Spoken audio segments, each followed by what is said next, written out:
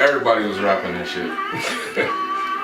But it was like probably 5, 6 out of high school that I remember everybody was spitting, you know what I'm saying? The Gift, you know what I'm saying? Trey, me. I remember Rory was trying to make beats and shit. A whole bunch of niggas was all up in that shit. Trey used to make beats too. And then all of a sudden I started going to the studio with that nigga. We here now. That's it. That was that time. Cause wait, so you went to Utah for a minute, then he came back. Yeah, he was to college for a minute. He was kind of like in his room all day. He was writing rhymes. And he came back, and I had been sitting there fucking with the beats and fucking with the production shit of it. So he would come back every now and then, and we would get like a couple of tracks done at a time. And that was like the original outcome. That was like in 07, I think it was. Mm-hmm. And then, fuck, it just went from there, though. Like, goddamn, that shit was crazy. Like, just thinking about that shit now. It seemed like it was yesterday, but it was so long ago. Like, damn, that was a minute ago. I'm getting like nostalgic right now. Yeah. I don't even know what happened after that. I had too many fucking drugs. What happened after that? What? After the first outcome. The first outcome? Shit, man. I was partying. I was doing too much dumb shit. I wasn't focused, to be honest. It was long. Didn't you do like work on a separate album? You did something like a project by yourself? I was kicking it with a lot of homies and shit, not doing shit. Then I fucking got my head straight and I was like, yo, I'm about to do this music shit. Cause I had came back from Utah. I was at SUU, going to school up there for no reason. When I came back, I was just fucking around, drinking, smoking, just doing dumb shit, not doing shit.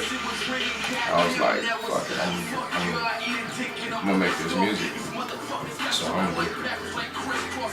For the longest time, it was just us trying to get into doing it. You know, it was like the original outcomes, it wasn't that good. Like, I remember the original outcome, it never got finished. So like, if you go and you heard that right now, it was a whole bunch of songs on there where Chuck would rap and then the beat would play for like 2 minutes. Yeah. And it would just go off and shit because I couldn't get my verses in there at the time. And then like, yeah, like you said, I went and I did my own project at the time, which is kind of like, just like a little demo EP type thing. My name is Adam. And then, shit, we came back like 2 years later with the album Volume 2. And that was when we started, my time we first started doing shows and all of a sudden we first started going around. That first show we did at the half show. Just some little like, whatever shows we was doing. Damn, that was like the start of it right there. And then, now we did the album Volume 3. Yeah, man, y'all here. We had the hoodie season last year, and then we did this one. The hoodie season was a different thing. It was supposed to be 4 rappers on it. And me and Chuck was the only ones that was showing up, so we just finished that shit. And then now we got the album Volume 3 right here. But they think you don't have nothing. People don't respect you when you look like you don't have no money. So I gotta buy diamonds. I gotta be the heavyweight champion. I gotta have a Rolls Royce. We was working on the hoodie season and shit. We had just finished that, and it was like probably like a week and a half, and then we started up on the Volume 3 for the outcome. And I don't know, shit was just seemed like I was busy all the time and shit. I ain't really had no time because I was in school. I was going to the Art Institute and took some time out of school or whatever to go ahead and finish up this mixtape. Now we got some shows coming up and so, you know, while he was going away, that's how I had to do that, like, whatever, the beginning stuff. So when he came to the studio, stuff would be ready. right. Because, you know, he's a busy motherfucker. I don't have that much time to learn to shit, like, not do shit or fucking that. We would do that, and whenever he would come to the studio, I was like, all right, this is the beats I got right here. So I would let him pick the beats because, you know what I'm saying, I want him to fucking be able to feel that shit more than what I am, because I can go in there and just do whatever. But what I really wanted to do with this is just really have it tell a story, because I feel like when you being honest with your music, Yeah. like real stuff starts to happen. I feel like a lot of motherfuckers come on there and they talk about shit that they don't have, Right. And it's kind of like, it's not really real. You know, and really, in the position that we're in right now, it would be more beneficial to the music to actually sit down and come from a real perspective. So that's why you hear songs like Mind Heavy, and you hear songs like The Cure, that was really just telling the story of it. You know, and that's what I wanted the whole entire album to do. So I went and I found like little clips throughout the whole entire album, like the little the intro with Will Smith and 50 Cent and Kanye, so they could come and tell the story that we were already telling. So, but you hear it from their perspective before they were actually successful. Right. Because when we say it doesn't mean shit. You know, if I come to you and I tell you, listen to my music, you say no, because of course you want me to listen to your music. Of course you think you're dope. Fuck that, I don't got time for that shit. But if Joe Smo from around the corner comes and says it to you, it means a lot more. So that's what I wanted to come do with that part right there. But that was just really just trying to figure out what the sound of the actual album was gonna be while he was out there, he was at school and all that shit. We really got heavy into making the actual album probably around like March or something like that. That's when we did Bitches Be Jockin' and Grind and R.I.P. and all that stuff. And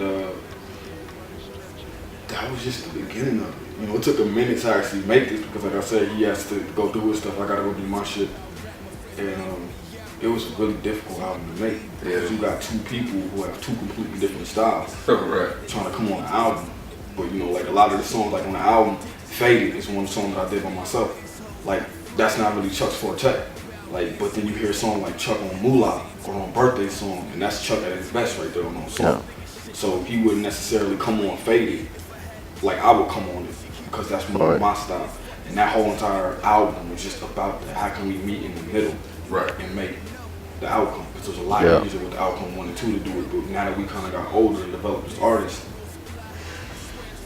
it's a lot harder to do that. Yeah. It's like during the process of making the outcome, it's like it was like we was talking about shit that we go through on a daily, but at the same time we was still learning how to work with each other. Like we always work with each other, but we want motherfuckers to understand where we coming from, who we are, why we doing what we do. You know what I'm saying? All that type of shit. Yeah. So even right now, he getting text messages and shit. This motherfucker's a busy motherfucker. You notice how my phone name right? No, but yeah, that was the whole thing with it, and I really wanted to make this album for people to go back and be like, yo, these niggas was killing it, because I know nobody's gonna listen to it right now. I know like how it should be listened to, we're not gonna get that. Right. You know, so I just, like, you go listen to those artists before they actually became successful. Like, you go listen to Drake on Comeback Season or Room for Improvement, you be like, damn, this motherfucker was killing it back then, but nobody was really hearing it. And I just feel like the outcome of Volume 3 was gonna be that. Right. And I just really wanted people to go back and be able to look at it, you know, and just to be able to hear it. You could hear the potential in the album. You could hear how dope it is. You could hear everything that I wanted you to hear in it. You know what I'm saying? And that's the outcome of Volume 3.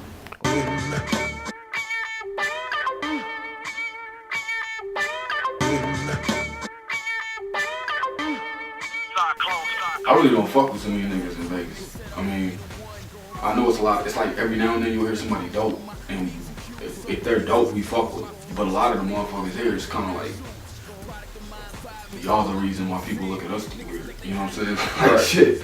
I don't know. The state of hip hop, period, is just really fucked up, and I think that's why, you know, motherfuckers who really do this shit have a hard time with it, because so many motherfuckers do it.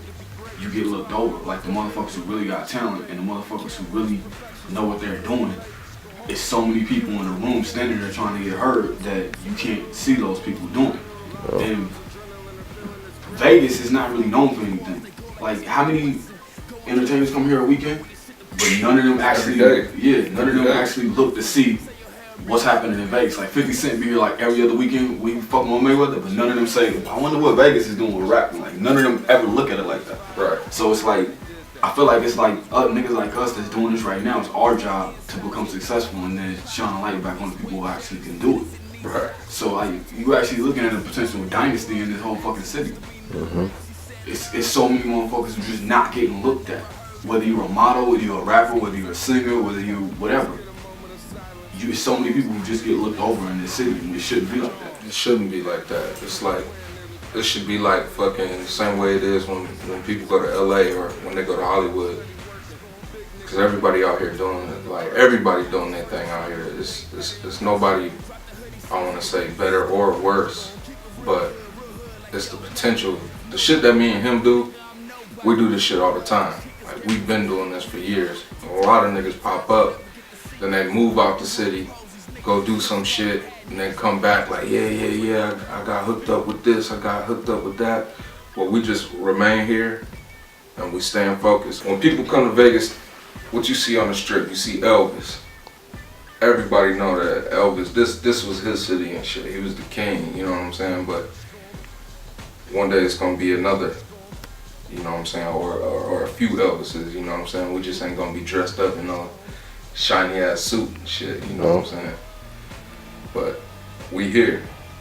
I mean, I can't even front. I'm gonna do the same thing. Like I'm gonna go to LA. I'm gonna get my right. I'm gonna get my money right. I'm gonna get my crib at the Martin, and then I'm gonna come back and look out for everybody else if I feel like it. I'm gonna be like Neo's ass nigga. I ain't gonna never come back to this bitch, nigga. No, I'm just playing. But